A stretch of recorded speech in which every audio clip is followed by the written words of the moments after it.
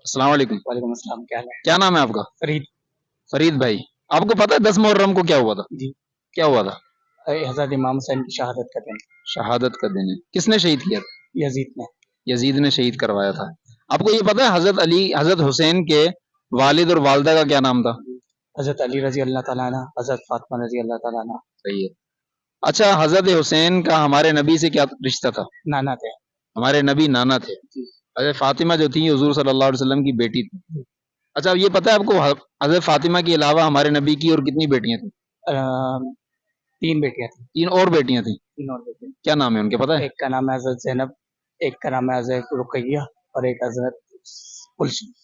माशाल्लाह, जबरदस्त। बड़ी मालूमात है आपको। इसका मतलब है और भी मालूमात है।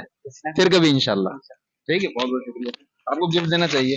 क्या लेंगे? बच्चे के लिए